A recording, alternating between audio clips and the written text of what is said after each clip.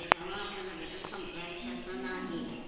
तर हे सगळं काहीतरी चुकीचं डोक्यात घेऊ नका. मला माझ्या आत्मस्वरूपाला जाणायचं आहे. माझा आत्मा अजर अमर आहे, शाश्वत आहे असं जाणायचं आहे.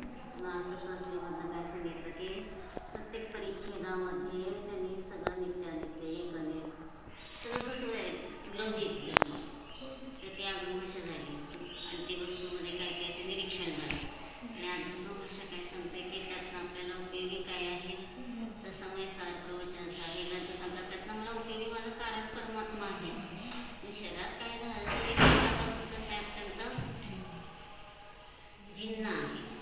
आणि असं आम्ही स्वतःला सारखं जाणलं तर आपल्याला आता पण शांती आहे, पुढं पण शांती आहे. म्हणून आपण आपल्याला महाराजांनी एवढे सगळे चार्ट सांगितले आगम भाषा अध्यात्म भाषा वगैरे. तर त्या सगळ्यातनं आपल्याला बोध काय मिळतो की मी माझ्या आत्मस्वरूपालाच जाणणार.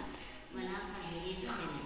तर समजा शरीरामध्ये थोड्या वेळ असं होईल तसं होईल त्याच्यावर लगेच आपलं शेवट आहे असं काय आपल्याला म्हणता येत नाही. तसं चिंतन पण काय झालं तर झालं. आपलं काय आपण आत्मा शाश्वतच आहे.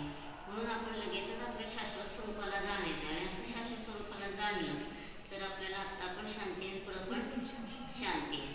आणि कसं आहे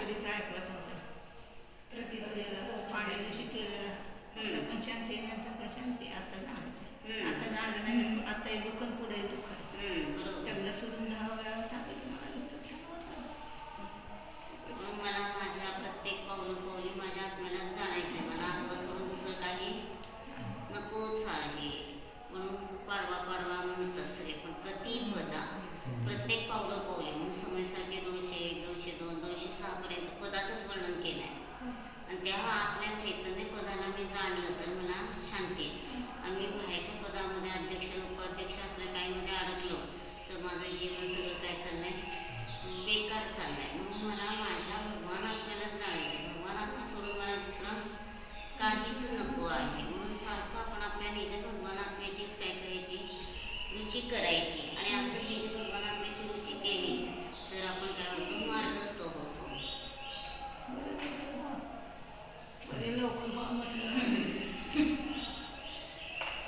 बरंच आहे म्हणायचं सगळं. आपण कसे देतात तेव्हा आपण चांगलंच आहे. शरीरावर आपलं काय सांगत वाईट काय नाही.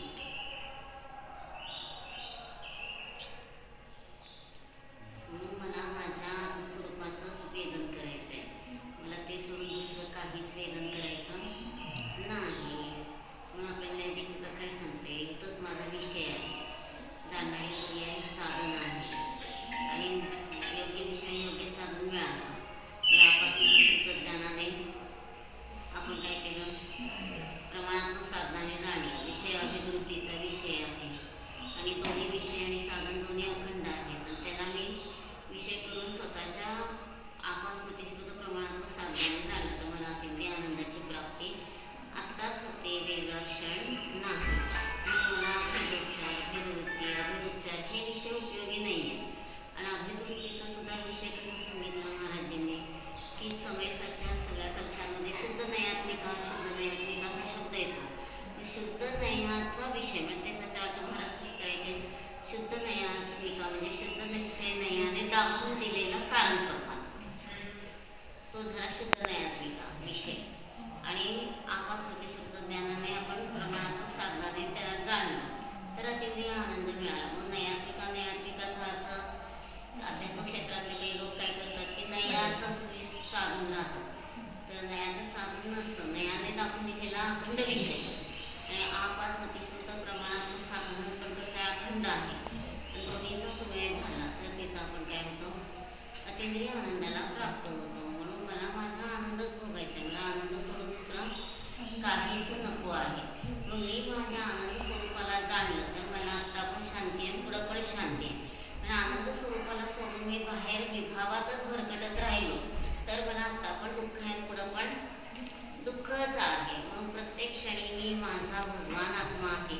आपल्या भगवान आत्म्याला आपण आतमध्ये जाणू लागलो, वेदन करू लागलो तर मला आत्ता पण दुःख नाही, पुढं पण दुःख नाही. म्हणून संपूर्ण अष्टसहस्रीने आगम भाषेने निरीक्षण केलं. प्रत्येक परिच्छेदात त्यांनी 2-2 सांगितले, मग परस्पर विरोधी सांगितले. पण ते फक्त वस्तूचं स्वरूप कसं आहे एवढं समजण्यासाठी सांगितलं. पण त्यातनं मला उपयोगी काय आहे तर ध्रुवानच उपयोगी आहे. माझा अखंड ध्रुव स्वभावच मला उपयोगी आहे. ते सोडून मला बाहेरचं काही उपयोगी नाही. म्हणून मी चांगलंच आहे. माझ्या ध्रुव स्वभावात बाहेरचं काहीच नाही आहे. आणि असं मी माझ्या ध्रुव स्वभावाला जाणलं तर मला शांती आहे. म्हणून मला तर साधना करायचीच आहे. पण हे सगळं आपल्या सभासदल्यांना आपण काय सांगणार, तुम्ही पण साधना करा, स्वतःला जाणा. काय विचार दिवसभर आपण तिकडं बसलो तरी सुद्धा सकाळचं फक्त प्रवचन ऐकलं गेलो निघून आणि बाहेरच्या सगळ्या संसाराच्या ह्याच्यात अडकलं तर उपयोग नाही. तर तिथं सुद्धा सारखं आपण काय करायची, साधना करायची. मी जाणणार आहे, स्वतःला जाणलं, परत विकल्पाला परत जाणलं. आणि असं जर आपण सारखं स्वतःला जाणलं तर आपण हे सगळं समजून काय झाला फायदा. ते म्हटले की सूनला नातूला हेच सांगतो मी कोण आहे हे विचार करा. ते म्हटलं त्यांची वेदना सोडून ते एवढं चांगलं उपदेश देऊ शकतात. जाणणाऱ्याने जाणायला पाहिजे.